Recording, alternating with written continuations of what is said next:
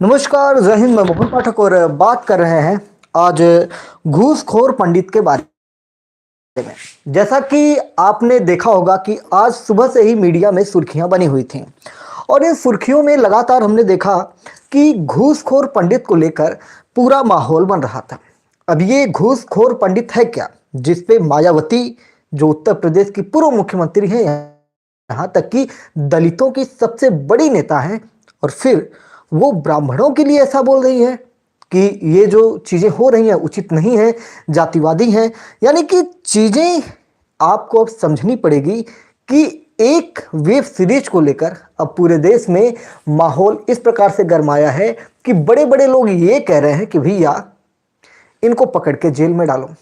अभी आप जब पूरी स्टोरी को समझने की कोशिश करेंगे जो इस समय चल रहा है, तो आपको समझ में आएगा कि मामला तो बड़ा तूल पकड़ लिया है।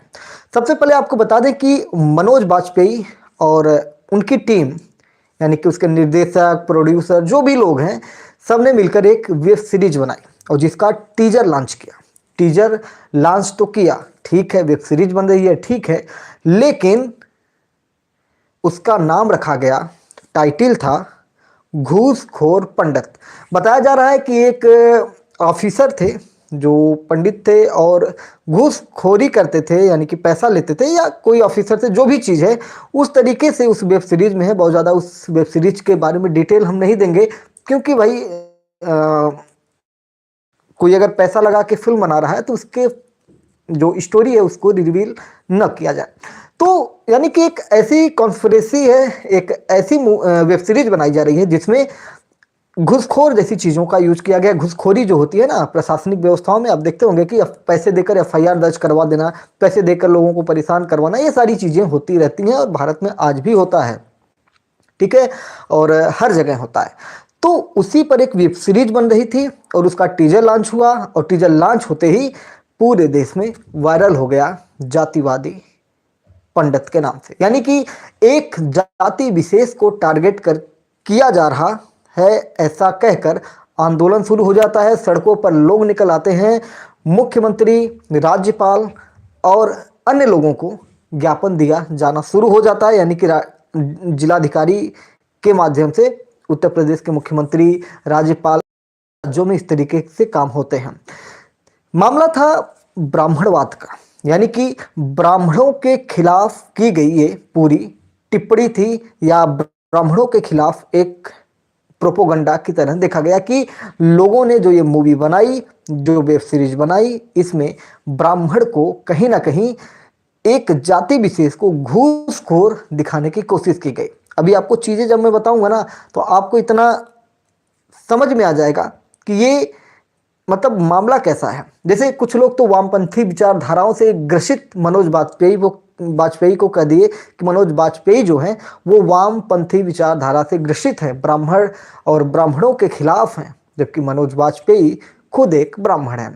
मनोज बाजपेयी ने इस पर सफाई भी दी, हालांकि सफाई उन्होंने तब दी जब उग्र प्रदर्शन होना शुरू हो गया, लोग गुस्से में आ गए और उनके खिलाफ लगातार बयानबाजियां शुरू हुई। मनोज बाजपेयी ने कहा कि जो कुछ है उसको हम लोग बदलेंगे, और निर्देशक ने ये तक कह दिया कि हम इसका टाइटल बदल रहे हैं, इसका टाइटल बदल देंगे। साथ ही साथ जो इनके इवेंट्स होने वाले थे प्रमोशन के, जो इनके पोस्टर्स आए थे, उन्होंने अपनी जगहों से, जो उनके अपने प्लेटफॉर्म से, वहाँ से सारी चीज़ें वापस ले ली गई हैं। और ये पूरी वेब सीरीज जो है नेटफ्लिक्स के माध्यम से रिलीज होने वाली है। नेटफ्लिक्स क्या है? एक वेब सीरीज को दिखाने वाली एक ऐप, जैसे आप यूट्यूब पर हमें सुन रहे हैं, इसी तरह एक एप्लीकेशन है जो इंटरटेनमेंट के लिए वर्क करता है। ऐसे बहुत सारे एप्लीकेशन भारत में इस समय वर्क कर रहे हैं और नेटफ्लिक्स भी वैसे ही है, जिसमें कुछ पैसे देकर आप मंथली सब्सक्रिप्शन लेते हैं और फिर वहाँ पे आप चीज़ों को देखते हैं, इंटरटेनमेंट को देखते हैं। हालांकि अभी ओटीटी प्लेटफॉर्म के नाम से इसे हम लोग जानते हैं कि वहाँ पे चीज़ें आती हैं। ओटीटी का विस्तार सबसे ज़्यादा कोविड काल में हुआ था। आइए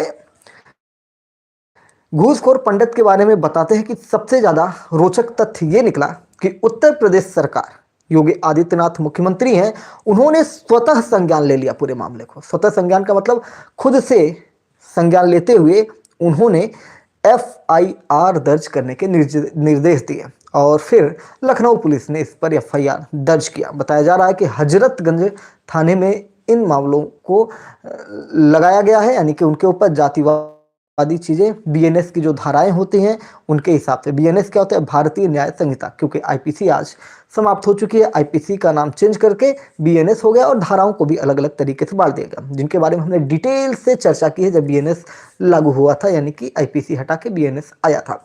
तो उत्तर प्रदेश सरकार ने साफ सुथरा यह कह दिया है कि ऐसा नहीं चलेगा और अगर चीजें नहीं बदली गई तो हम पूरी की पूरी फिल्म को बैन कर देंगे, को यूपी में बैन कर देंगे। साथ ही साथ मनोज वाजपेयी और जो निर्देशक है, इसके जो एक्टर है वो भी ब्राह्मण है, जो इसके निर्देशक है वो भी ब्राह्मण है और को स्टार भी बहुत सारे ब्राह्मण है, यानी कि ब्राह्मणों ने मिलकर ब्राह्मणों के ऊपर एक मूवी बनाई, या जो भी है उन्होंने एक क्राइम थ्रिलर दिखाने की कोशिश की है। तो उसमें ब्राह्मण को इस समय टाइटल, जो इनका टाइटल था, एक ब्राह्मण को कहीं ना कहीं घुसखोर दिखाने की कोशिश की गई है, एक जाति विशेष को। जैसा कि आपने देखा होगा कि राहुल गांधी ने जब एक बार बोला था कि सारे मोदी चोर हैं, जबकि उन्होंने प्रधानमंत्री नरेंद्र मोदी के लिए कहा था, और फिर मोदी कम्युनिटी जो थी, जो मोदी समुदाय के लोग थे, वो लोग कोर्ट में जाते हैं और फिर राहुल गांधी को माफी मांगनी पड़ती है कि हाँ हमने गलती हो गई या जो भी चीजें हैं, यानी कि राहुल गांधी को माफी मांगनी पड़ गई थी। इस बार तो पूरा का पूरा फिल्म इंडस्ट्री ही कब्जे में आ गया, यानी कि एक पूरा जो प्रोडक्शन है। तो नेटफ्लिक्स को भी अब ये समझना होगा कि उसके प्लेटफॉर्म पे जो चीजें अपडेट हो रही हैं, जो चीजें अपलोड हो रही हैं, वो किस तरीके की चीजें हैं, क्या कंटेंट है। जबकि ओटीटी की बात करें तो यहाँ बहुत ज्यादा अभी सेंसरशिप नहीं लगा हुआ, जिसकी वजह से चीजें चल रही हैं और लोग अपने आप मनमाना कर रहे हैं। अब जातिवाद का आरोप लगाए तो जातिवाद है क्या? किसी जाति विशेष के नाम पर टिप्पणी करना, किसी जाति विशेष को कुछ ऐसे शब्द बोलना जो उसके अधिकारों को, उसके स्वाभिमान को ठेस पहुंचाता हो, ये आपका जातिवाद के अंतर्गत आता है। जैसे भारत में जातिवाद को लेकर बहुत सारी चीजें हैं। अभी आपने यूजीसी एक्ट को देखा होगा, यूजीसी एक्ट को लेकर लगातार विवाद बना था। पहले यूजीसी एक्ट आता है जिसको हमने डिटेल में समझाया हुआ है और उसमें यह बताया गया कि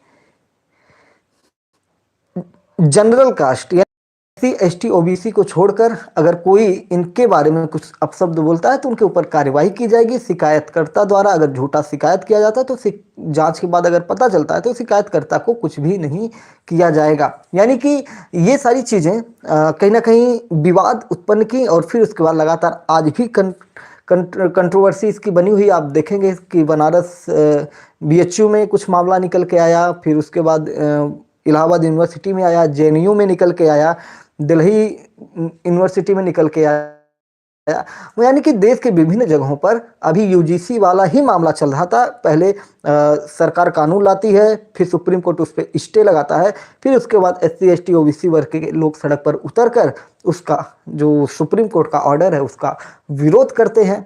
तो कंट्रोवर्सी चल ही रही थी और इसी बीच में मनोज वाजपेयी के इस टीजर का धमाका हो जाता है और फिर उसके बाद कंट्रोवर्सी और ज्यादा हो जाते हैं।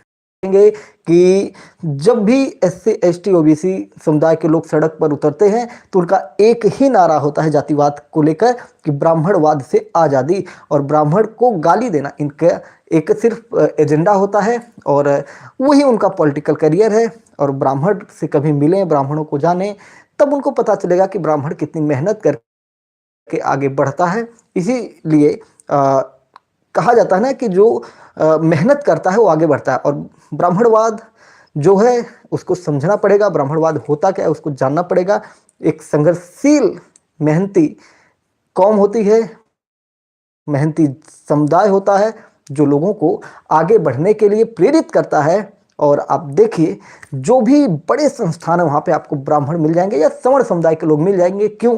क्योंकि ना उन्हें आरक्षण का लाभ लेना है, ना ही उन्हें किसी भी प्रकार की व्यवस्थाओं से मतलब, उन्हें हार्ड वर्क से मतलब है। आप देखेंगे सुभाष चंद्र बोस उस जमाने में जब सिविल सेवा कोई पास नहीं करता था तो सुभाष चंद्र बोस सिविल सेवा पास करके भारत में एक आईएएस की पदवी पाते हैं, बाद में वो उसको ठुकराकर देश के लिए समर्पित हो जाते हैं। तो ब्राह्मणों के योगदानों को समझना पड़ेगा, तो उसके लिए आपको बहुत सारी चीज़ें पढ़नी पड़ेगी, इतिहास में जाना पड़ेगा। कई तरह की चीज़ें की जाती हैं कि ब्राह्मण लोगों को पढ़ने नहीं देते थे या ये नहीं करने देते, कानों में शीशे गला के डाल देते। भाई किसी के कान में शीशा गला के डालेंगे तो जिंदा बचेगा क्या? जीभ निकाल ली जाती थी। अरे अगर ऐसा होता तो महर्षि वाल्मीकि जो खुद एक ब्राह्मण नहीं थे, बहुत सारे ऐसे ऋषि मुनि रहे जिन्होंने सूक्तियाँ लिखी, वेदों में बहुत सारी चीज़ें लिखी, पुराण लिखे, तो क्या जब उन्हें पढ़ने का अधिकार नहीं था, लिखने का अधिकार नहीं था, तो किस प्रकार से उनकी पुस्तकें आज भी, उनके ग्रंथ आज भी पढ़े जाते हैं? कबीर, रैदास, ये लोग कहाँ से आए अगर उनको पढ़ने लिखने नहीं दिया जाता रहा होगा? तो ये सारी चीज़ें हैं, पॉलिटिकल चीज़ें हैं, और अपने लाभ के लिए लोग तरह तरह की बातें करते रहते हैं। तो सब मिला जुला के समाप्त करते हुए आपको बता दें कि जातिवाद का आरोप लगा है उत्तर प्रदेश सरकार योगी आदित्यनाथ के आदेश पर घूसखोर पंडित की पूरी टीम पर, ठीक है, एक दो लोग के ऊपर नहीं, पूरी टीम पर एफआईआर दर्ज किया गया है। जनता इस समय सड़कों पे उतरी है और लगातार विद्रोह कर रही है। ठीक है, तो चैनल पर नए तो चैनल को सब्सक्राइब करके daily current affairs, news analysis के लिए हमारे साथ जुड़ सकते हैं और अपने दोस्तों में वीडियो को शेयर कर सकते हैं। सब्सक्राइब करने के लिए आपको बिल्कुल भी कोई चार्ज नहीं देना है, फ्री में सब्सक्रिप्शन है। साथ ही साथ आप हमसे फेसबुक, इंस्टाग्राम, ट्विटर, बहुत सारी जगहों पर जुड़ सकते हैं, डिस्क्रिप्शन में लिंक है। तो मेनली आप फेसबुक और इंस्टाग्राम से जरूर जुड़े, जहां पे हम आपको लगातार चीज़ें कुछ ना कुछ अपडेट देते रहते हैं। जय नमस्कार, भारत माता की जय।